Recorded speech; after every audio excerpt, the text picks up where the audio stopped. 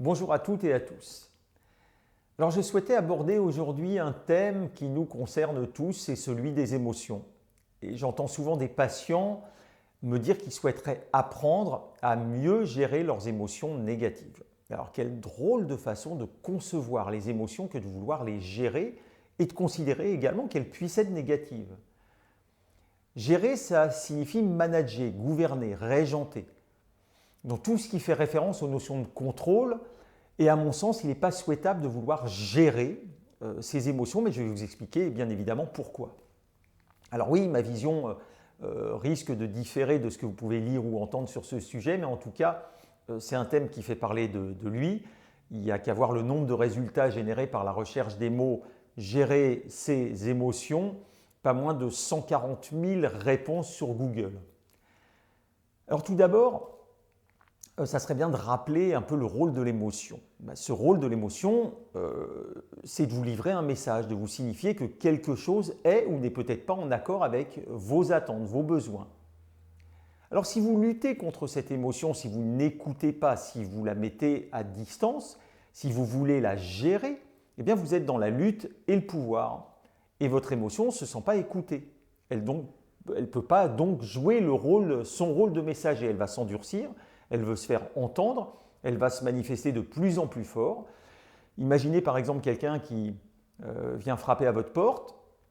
Il sait que vous êtes chez vous, mais vous n'allez pas lui ouvrir. Eh bien, il y a de fortes chances qu'il frappe de plus en plus fort jusqu'à ce que vous lui répondiez. Voilà un peu ce que c'est que le processus émotionnel.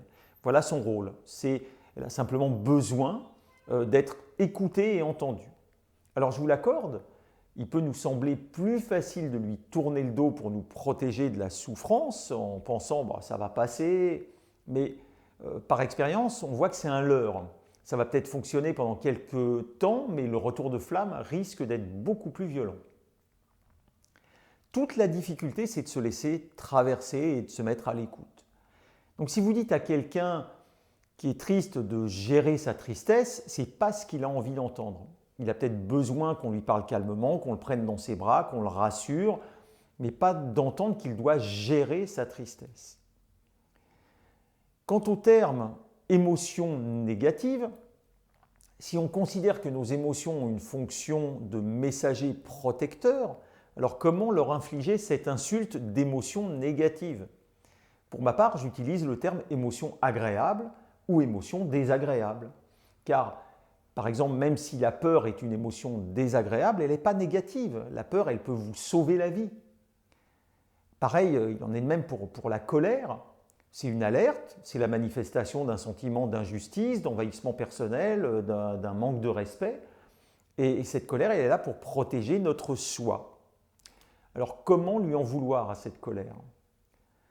Et puis vous voyez également qu'il ne sert à rien de dire à une personne qui est en colère de se calmer, ce n'est pas la réponse que son émotion attend.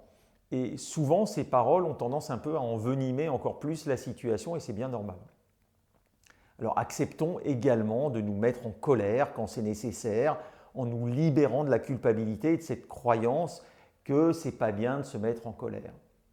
Et puis d'ailleurs, je ne choisis pas de me mettre en colère, je suis en colère, mais je ne suis pas la colère. De la même manière que je ne choisis pas d'avoir peur ou d'avoir honte ou d'être triste. Alors je serais plus favorable à utiliser le terme gérer l'après-peur ou gérer l'après-colère, ou lorsque celles-ci ont été prises en compte, entendu, on peut les aider à redescendre un peu plus vite. Par exemple à travers des exercices de remise en mouvement physique, respiratoire, ou bien à travers des pratiques sophrologiques ou autres. Pour conclure, il est nécessaire de se réconcilier avec ces émotions, de les écouter activement, d'écouter le message qu'elles ont à vous livrer, afin d'éviter que ce message se fasse entendre par d'autres moyens. Ça signifie que lorsque l'émotion n'arrive pas à se faire entendre, à se faire écouter, elle va générer des dysfonctionnements qui peuvent être d'ordre physique, mental, ça peut passer par des dépressions, des douleurs, des accidents, des maladies, voilà, plein de choses.